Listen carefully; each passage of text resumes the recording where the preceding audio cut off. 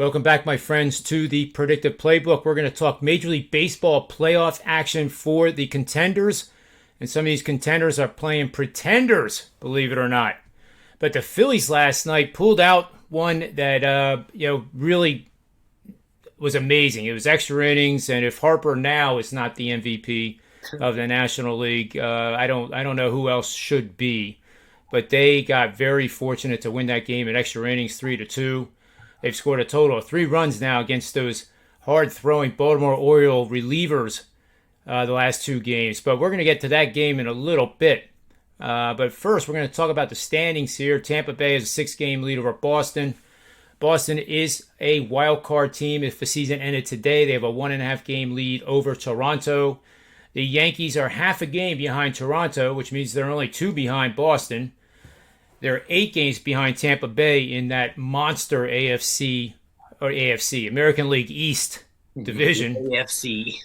Yeah. Oh, the sports overlap sometimes, you know. Mm-hmm. Chicago White Sox are already in. Houston, 8-game lead over Oakland. Oakland is probably done. In the National League, it's getting interesting. The Phillies managed to stay within 3 games of Atlanta, and I think if they can pick up another game by Tuesday, when they play that 3-game set at Atlanta, that could get really interesting, especially with the way the pitching might line up for Philly with Zach Wheeler and Aaron Nola and Ranger Suarez. I mean, I would take those 3 right now against Atlanta and see what would happen. Everybody else is kind of chasing the St. Louis Cardinals right now, which are a wild card team, having won. What is their streak now up to, Chuck?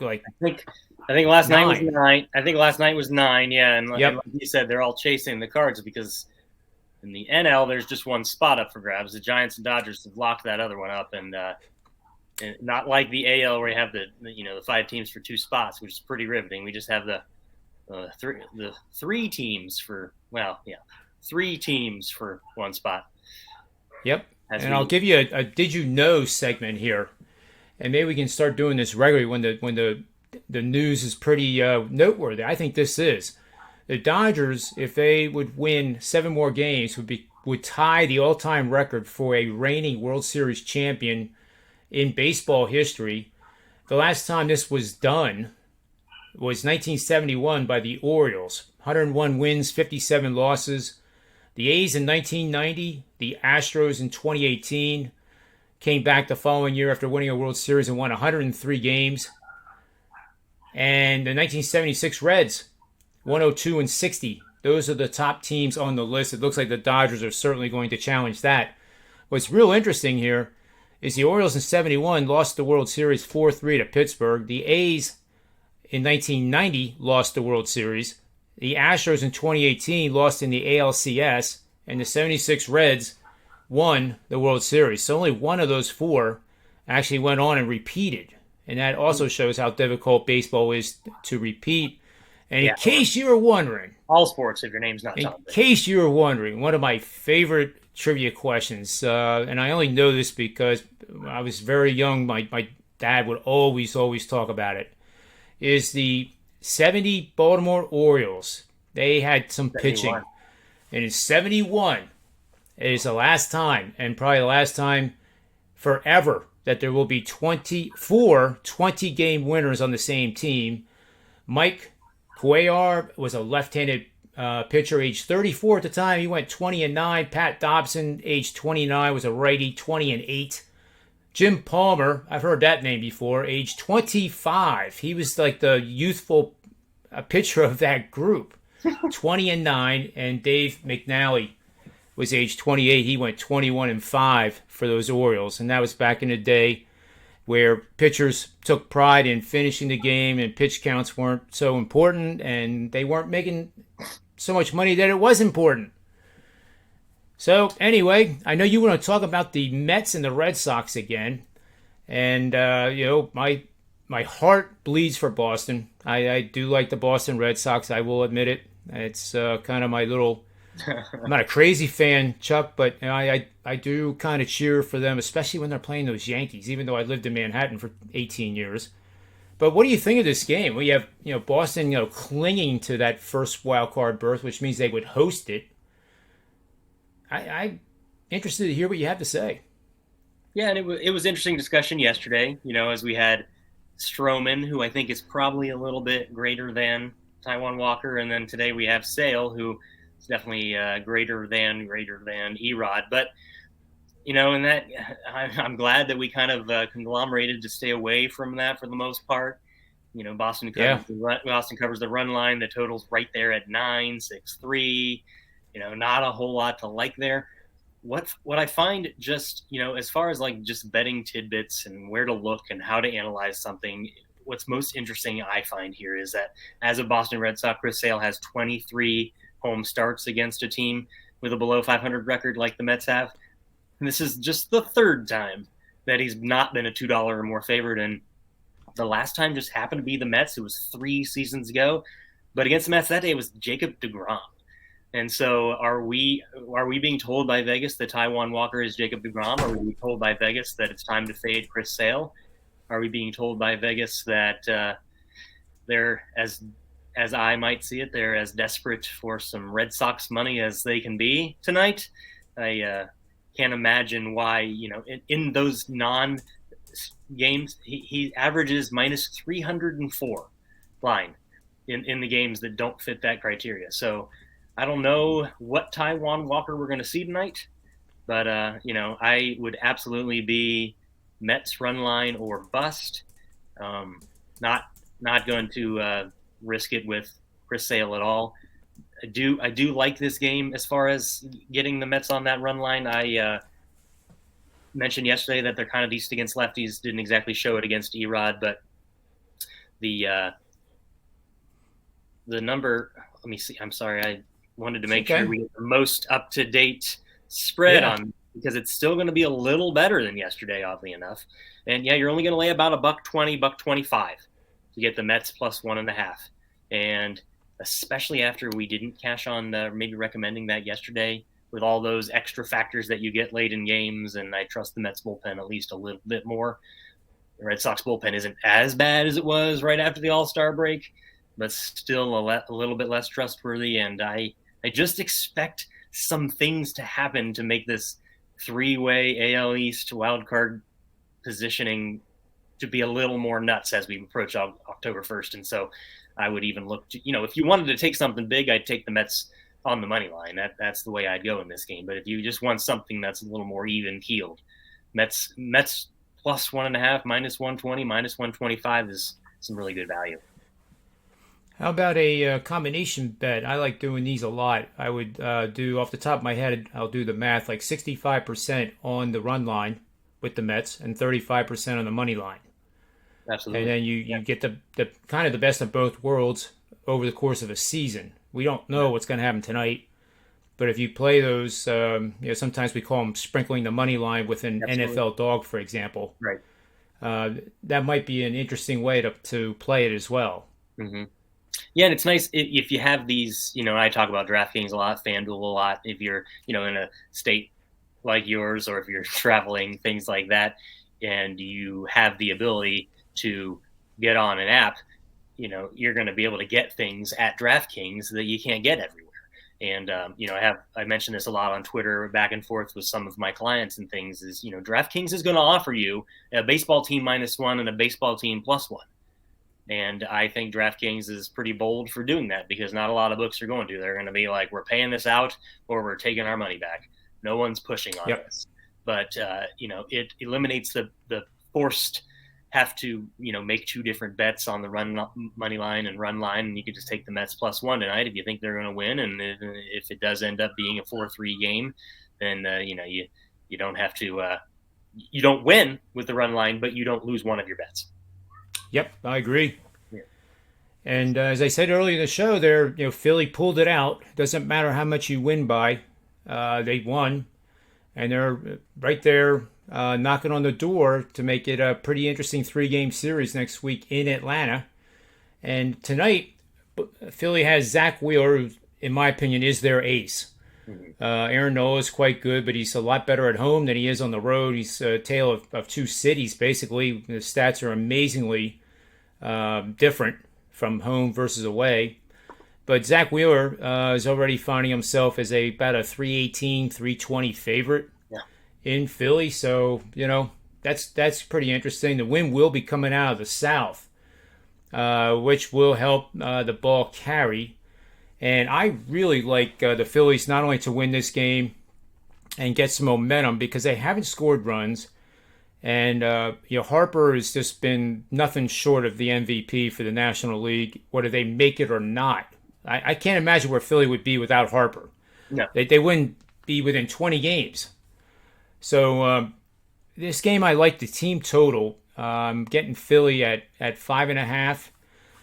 But the under VIG is minus 135. So the over is, at worst, you're going to get even money. And when you can get even money in a situation where you expect a team to easily score 5.5 runs against a pitcher who I believe Aiken is 2-10 with a horrific ERA and a bullpen, despite the last two games, that stinks. They're the worst in baseball. So I like that team total over 5.5. And I'm going to see how the game goes at the beginning. I like doing the live bets. So if we get 2 innings of scoreless action, Yeah. I'll be real tempted to nail the full game over as well. Yeah, and a couple of things just to piggyback on that. Just things that I always try to make sure I'm constantly aware of.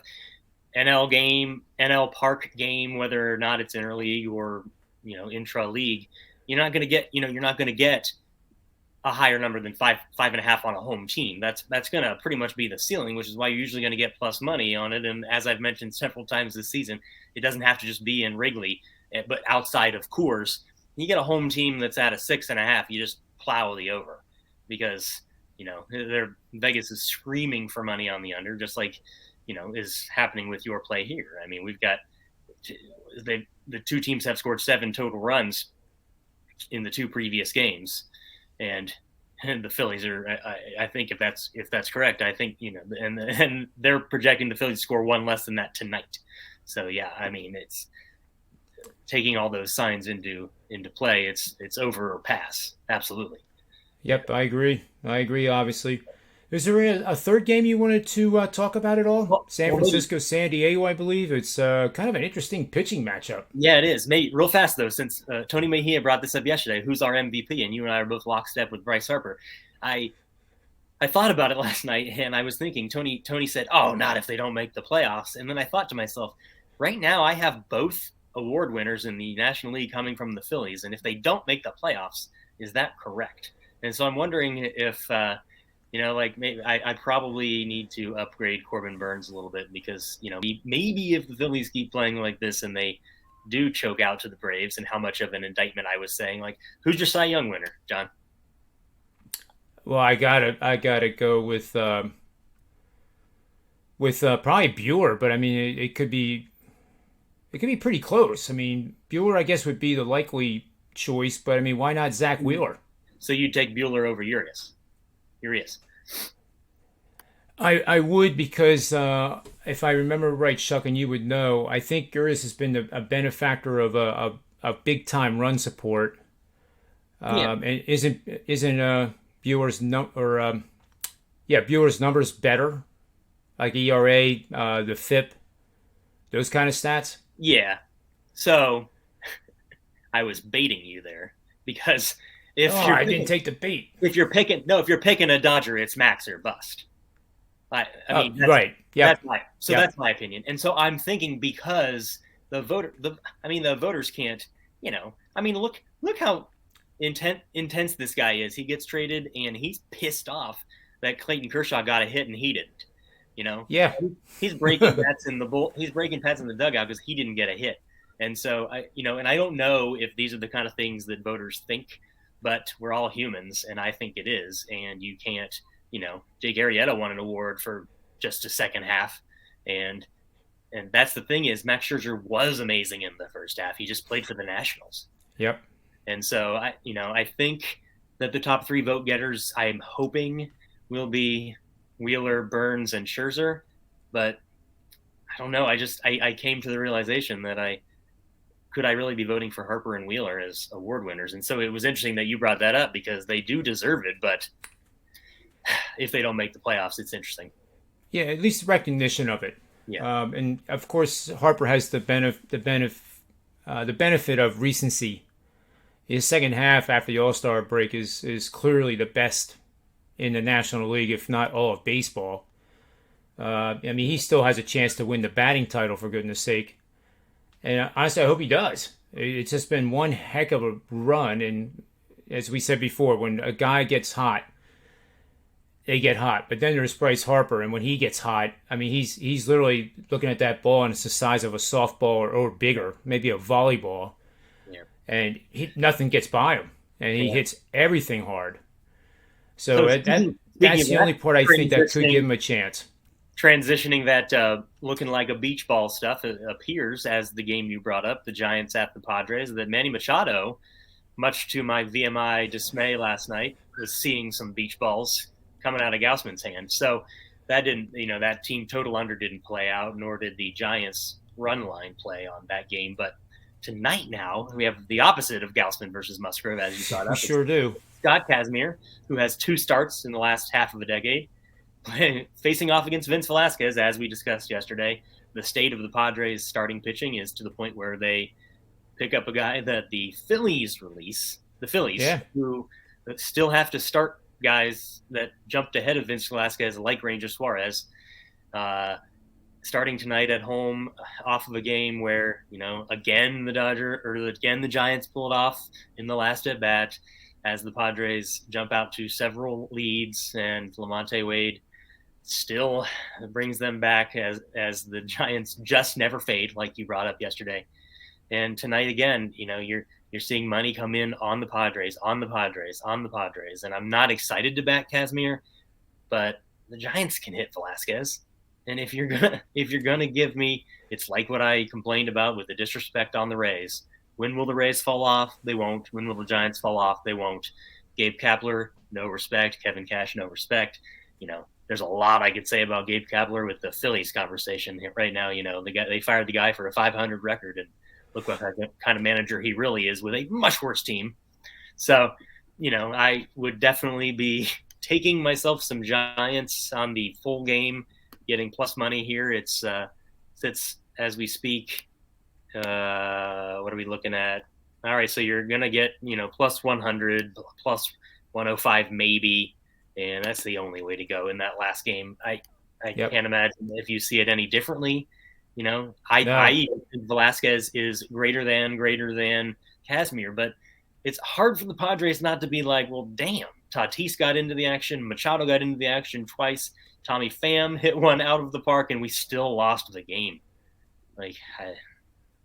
Giants are amazing this year. Yeah. They are absolutely amazing. Well, Chuck, we're running out of time here, but I hope everybody saw the alert running across the board there. Sportsmemo, this is only for viewers of this show, and it applies only to us because they're so kind, and you get 7 days of us for just $39.